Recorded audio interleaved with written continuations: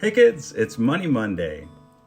So here are a few more of my thoughts on credit cards. I personally don't like how they market to the younger generation. They will offer you some sort of gift to get you to sign up for one. You know, it seems innocent enough, but it's almost like handing someone the keys to a car without first teaching them how to drive. In my book, I compare credit cards to a fire.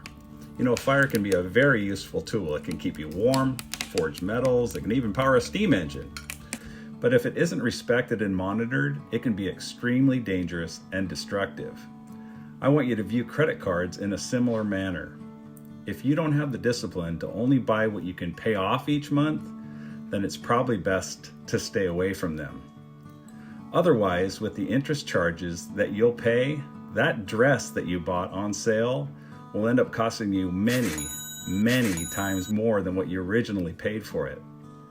I truly just want you to be aware or beware of some of the potential pitfalls out there, so you recognize them before they turn into really painful life lessons. Have a great week and God bless you.